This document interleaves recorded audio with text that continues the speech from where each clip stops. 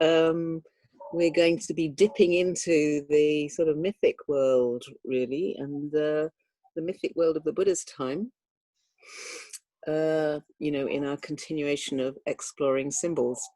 So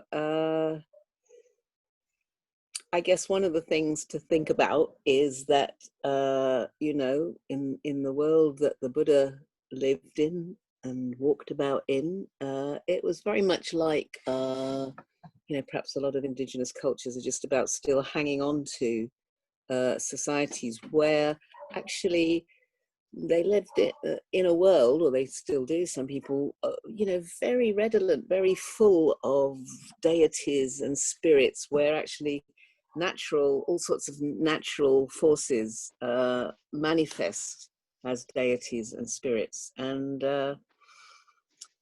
you know, my sense and my understanding is that the lines between what we would think of as conventional reality and the imaginal and the mythic, those boundaries were very thin and porous. They are, and which means that people live in a very different kind of reality, really, a very vivid reality where everything has meaning, and, you know, rocks and stones and mountains and trees and things are kind of imbued with life and meaning, and, you know, need to be appeased and propitiated and all that kind of stuff.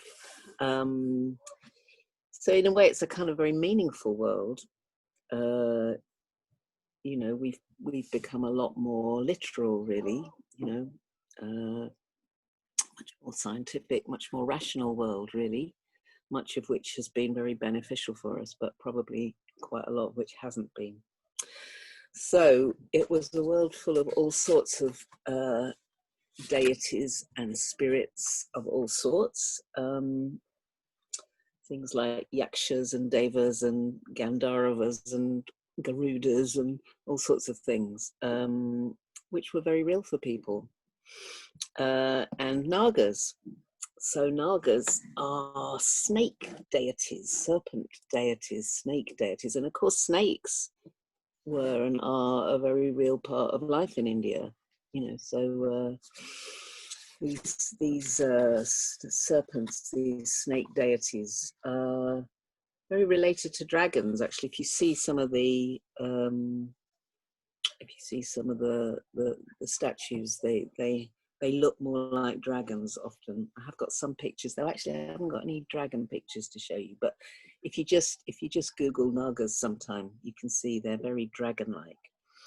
And like Chinese dragons, actually, they're very related. They're guardians of treasure. They're also very related to the elements of water and earth. They slither along the ground. You can kind of feel why they might be watery and earthy. And, you know, all of that has a lot of significance in the Indian elemental system. Well, we'll maybe look at that a little bit later.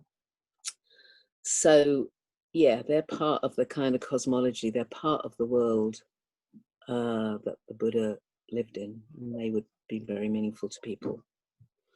So Paraga, in his talk right at the beginning of the series, if some of you remember, he talked about a spectrum of symbolism where some symbols, that all symbols kind of point to something beyond themselves. You know, they stand for something, as it were, they represent something. But some symbols are just very straightforward. You know, this equals that, and it's not a big deal. And other symbols, I think he talked about the Vajra, for example. Other symbols are quite mysterious and, you know, can have a lot of connotations and meanings. And of course, with symbols, they're, in a way, the more complex they are, the less pin-downable they are. You know, so they invite us to kind of open up to the imaginal realm in some way through all sorts of associative things.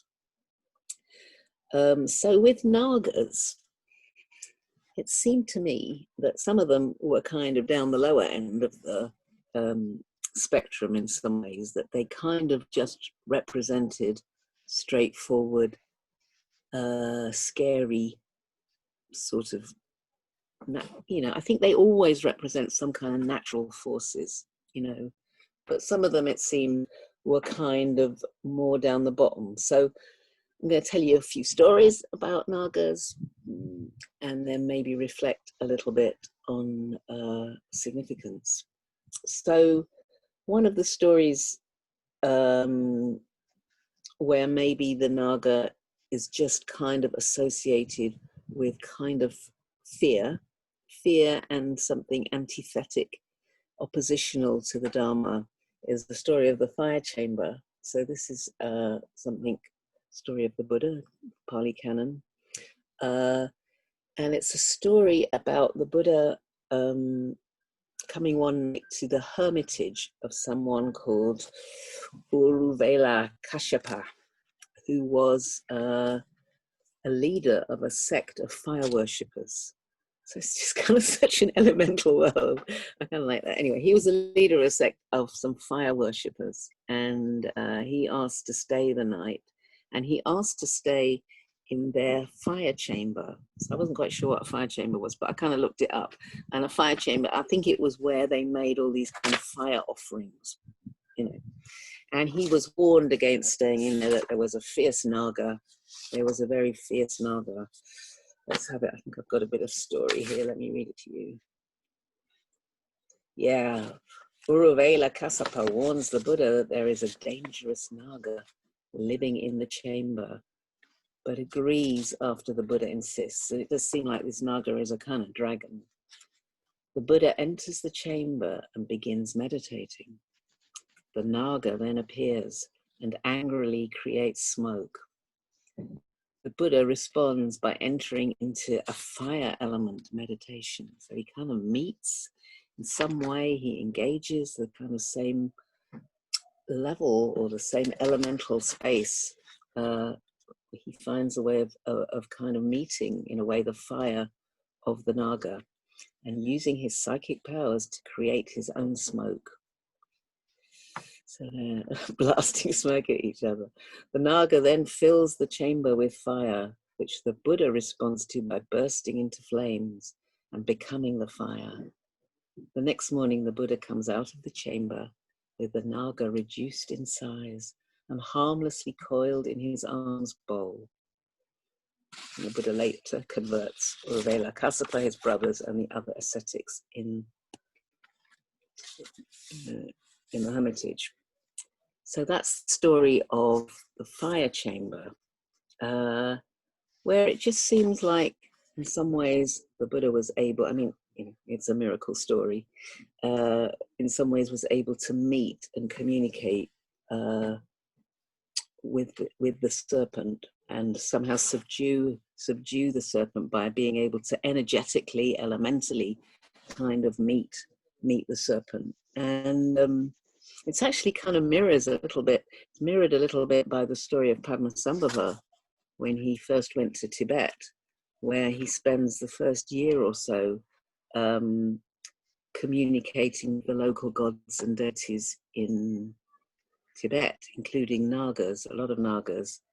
And he was said to be the only one who could communicate with the Nagas.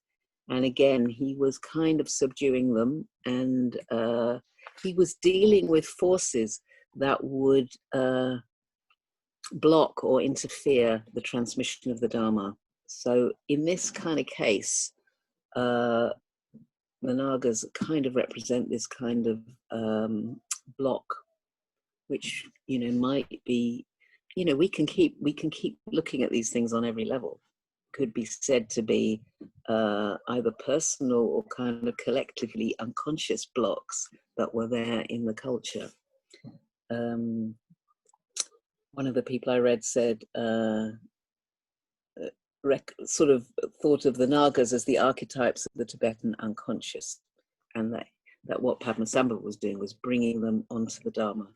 So it's the same kind of thing. And in a way, it's kind of fairly simple. We can just see in that case the Nagas as kind of forces that were opposed in some way or blocking in some way to the spread of the Dharma.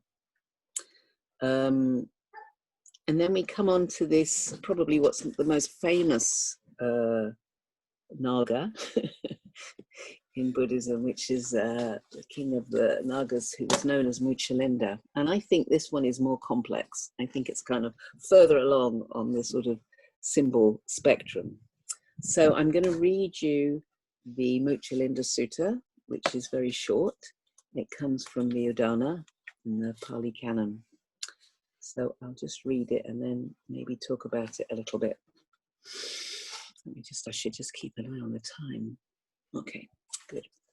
So I have heard that on one occasion, the Blessed One was staying at Uruvela on the banks of the Naranjara River at the root of the Muchalinda tree, newly awakened. So this is just immediately after the Enlightenment.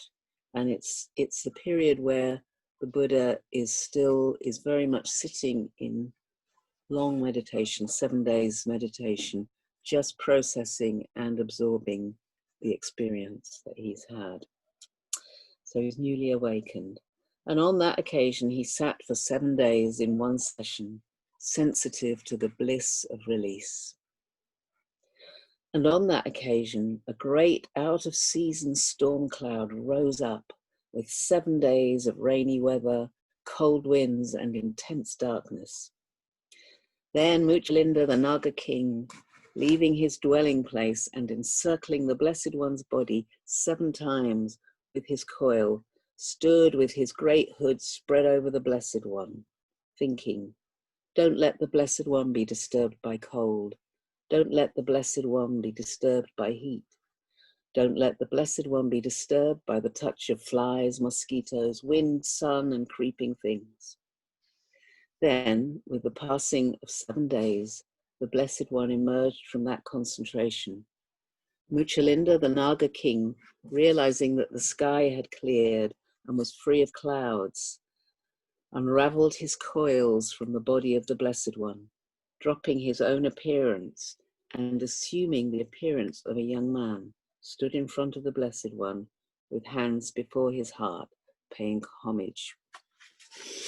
So that's the story.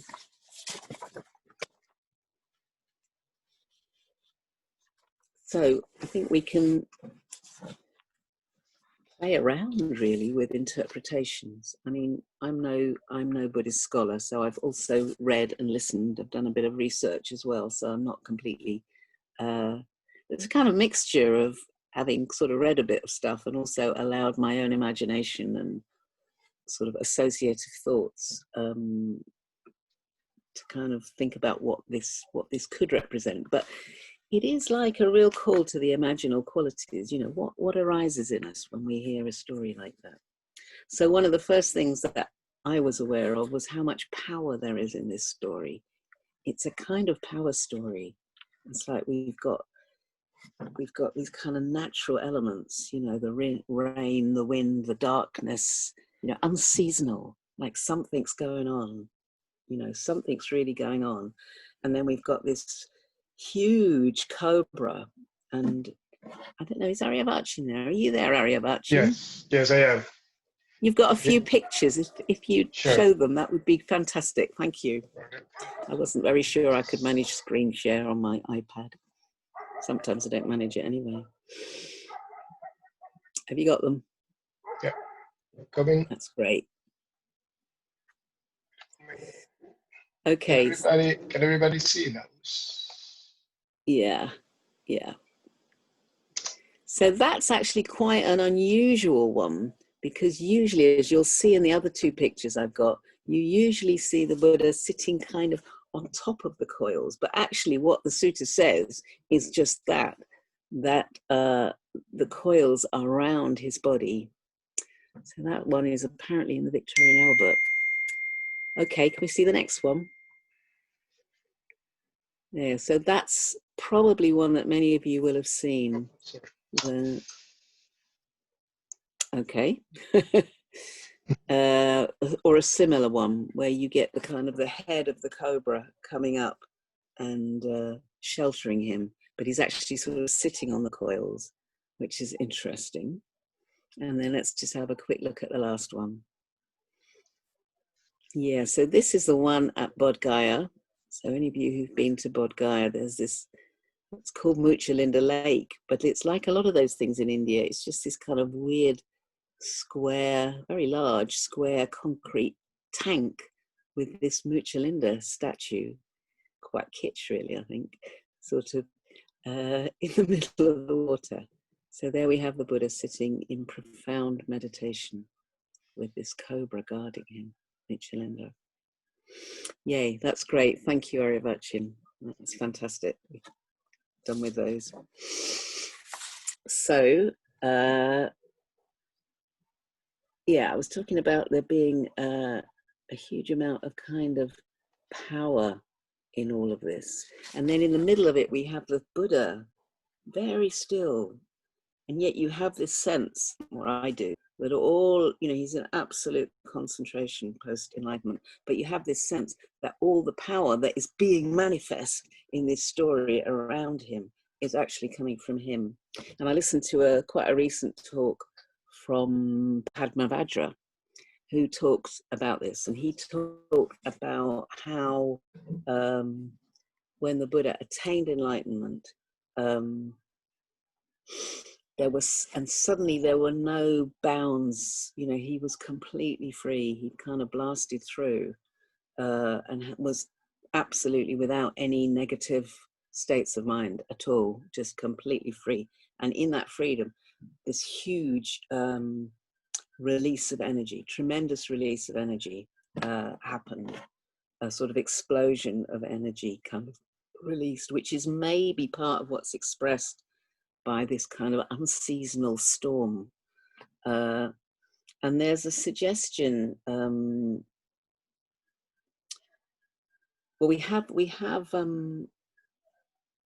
this image of the coils, and this is apparently what happens with cobras. We have this image of the coils, and then the top third of cobras apparently kind of does that rising up thing where they, you know, they kind of open out this kind of hood. And I think in some ways it made me think a little bit of the Buddha touching the earth, you know, which would have been a week or so earlier when the earth goddess rises up. And there's something again about not only natural forces, but the way that that emphasizes that actually the Enlightenment and what the Buddha saw wasn't a kind of any kind of speculation. It was just actually natural law. So this kind of relationship between the enlightened Buddha and all natural phenomena, you know, that what he saw kind of encompassed all that. And there's a thing about which is mentioned quite often in some of the commentaries, this fact that Muchalinda wraps around the Buddha 7 times, which is said perhaps to connect with or manifest something about the 7 chakras. So in the Indian energy system, there are 7 chakras, from the base chakra right at the bottom of the torso right up to the crown. And that in so obviously Muchalinda has taken on this kind of protective role. There may be something here about again expressing the fact that, you know, the Buddha is completely clear. Everything is balanced, everything is clear. So all chakras are pure and open and in harmony. And there may be something around this kind of sense of the 7 coils. And then the hood opening at the top, the openness. You know, the chakra at the top is known as the 1,000-petaled lotus, and it's the kind of opening to higher states of consciousness. So this kind of great hood may be something to do, you know, I mean, these are all speculations, with this 1,000-petal lotus, which kind of symbolized the Buddha as completely awake. And then we have Muchalinda, the serpent, as the protector, as the guardian. And I was reading somewhere that the guardian aspect of Nagas may come from the fact that because they're often placed as guardians at the entrance to temples, and there are some really beautiful ones with lots of sort of amazing curly sort of bits and all that. And this may be that because there was some feeling that the earth and the water had been disturbed in the building of the temple. So in order to appease the Nagas, who are who sort of are related to earth and water, they put them as protectors at the entrance to the temples. So it's just this very elemental world. But that's very much in keeping as well with Chinese dragons, who are also protectors of treasures. So we can think about that in a moment. The transformation of the Naga into a youth, is that something about, and the youth that pays homage to the Dharma. So this kind of huge cobra has turned into this beautiful youth who bows down to the Buddha. Maybe again, some kind of symbol of the Buddha's transformational powers, you know, that this transformational refining power of the Buddha. Padma-Vajra talks about it as possibly the manifestation of this kind of endless youth and freshness of the Buddha's mind. So, and whether actually Muchalinda is a manifestation of the Buddha's own ability to protect, you know, that having gained enlightenment, he is somehow free from fear and free from danger. You know, and we can think about stories like Angulimala, you know, the robber who he fearlessly met and encountered, very dangerous man who he then also managed to completely subdue and transform and turn towards the Dharma. So interesting stuff, I think. A further bit of myth about Nagas, is that they live in this realm apparently called Patana. And Patana is a realm below the earth and the sea. And it's a realm where these Nagas have huge palaces full of treasure, full of gems, full of treasure, but also full of more esoteric treasures and wisdom teachings, and all sorts of hidden spiritual treasures. And it's said that humans can find their way to Patana, but they have to know where the entrance is. So, and apparently there's a cave just south of Kathmandu, which is associated with Padmasambhava. Apparently there is an entrance to Patana in there. So there you go. So, I mean, there's loads in that. We'll maybe come back to that in a minute. But that idea that we can enter these kind of realms which are below, beyond normal reality, beyond the earth and the water, the oceans. So there's another story I want to talk about, another famous Naga story. This isn't from the Pali Canon. This isn't from a sutta. This is more like legend. And it's the story about Nagarjuna and the perfection of wisdom teachings. So the perfection of wisdom teachings are really the teachings like the Heart Sutra. The Heart Sutra is a very famous, that we recite during our sevenfold puja. The Heart Sutra is a very famous particular version of the perfection of wisdom teachings. So the perfection of wisdom teachings, which are associated with what's known as the Mahayana, which is the second great school of Buddhism, in those, the whole notion of shunyata, which is obviously a huge topic, was introduced. Nagarjuna, hugely significant figure. And really shunyata, the whole notion of shunyata, that nothing has any separate essence. So it's this idea of this very dynamic, interconnected universe, really, that arises out of shunyata. So the story goes that during the time of the Buddha, there were many teachings that the Buddha felt the world was not yet ready for. So he hoped that there would be a time when some people would be ready for these teachings. And in the meanwhile,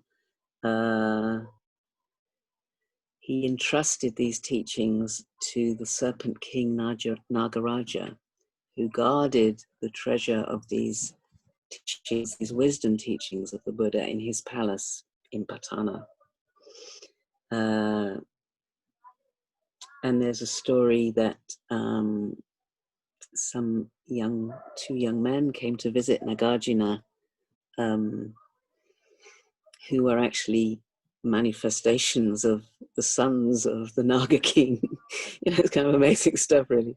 And took him to Patana, where the wisdom teachings, Nagaraja recognized that Nagarjuna was one of these human beings who was ready to receive these teachings, and these teachings were given to Nagarjuna, who then taught them. And there's actually a bit of the legend is that at some point while Nagarjuna was teaching the perfection of wisdom, a great serpent came. It was very hot, a great 7-headed serpent, and there are pictures of this, came also to shelter him from the sun.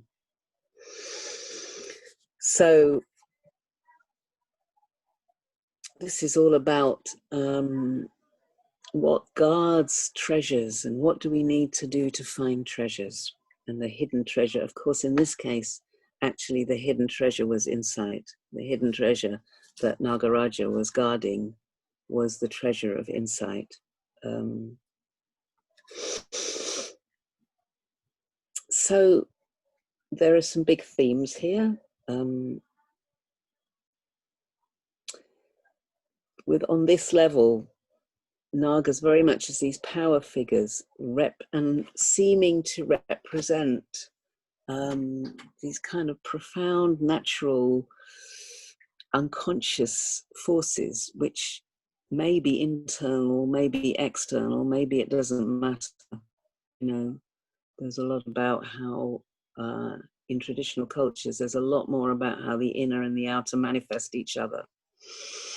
They're very related to mystery, to depth, to otherness, just the otherness of serpents and snakes.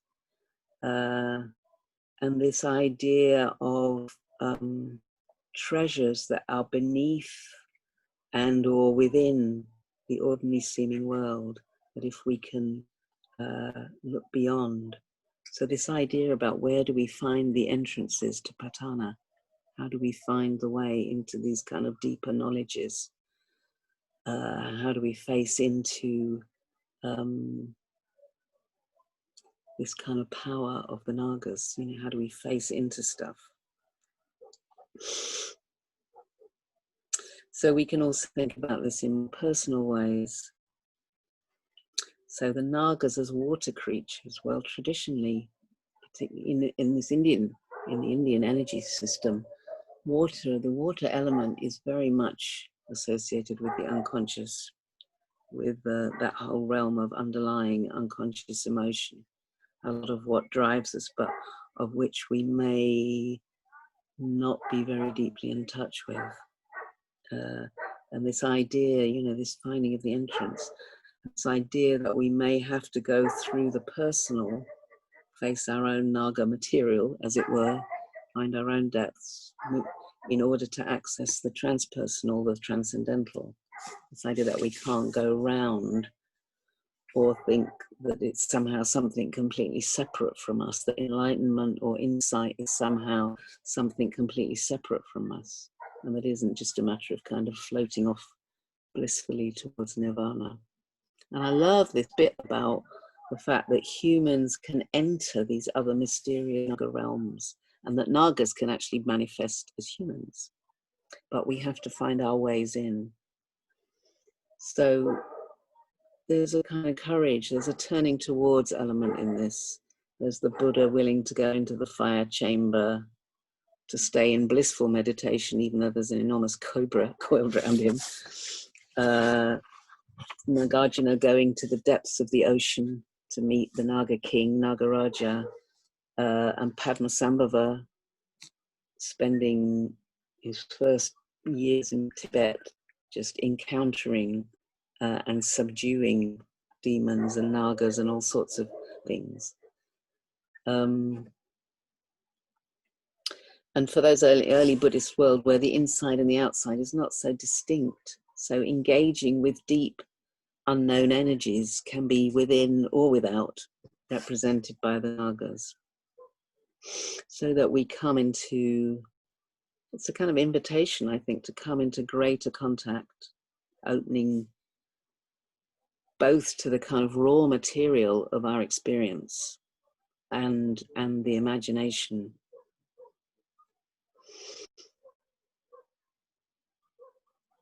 And that kind of movement towards liberation through the imagination and through our encounters with experience, really, with experience of ourselves, actually our own experience, as kind of rawly as we can, if you see what I mean. And very much at the heart of this is mystery. You know, they are very mysterious. This is all very mysterious. And I think it is actually true, as far as I know, it's true that despite all scientific advance, I think we are not very much nearer to understanding anything about consciousness. I think that's true. I mean, somebody may know differently, but as far as I know, that's true. So really all we ever have is our own sense impressions, and then this kind of mind that tries to create some kind of coherent story or narrative out of these sense impressions. And we can be aware of that. We can kind of know that we don't know, because actually it is a complete mystery as to what is really out there or in here or anywhere. So, but we can become more and more conscious of that, really, and allow ourselves to open the kind of mysterious nature of everything. You know, I think the Nagas are a real invitation to mystery and to our own willingness to open to that, the mysteriousness of life, of everything, really, which can be quite awesome. And also this idea of seeking treasures beyond the superficial, the level of superficial appearance. So it seems to me very much a theme of the Nagas, guarding the treasures that are beyond appearance. So I think that's all I want to say about Nagas.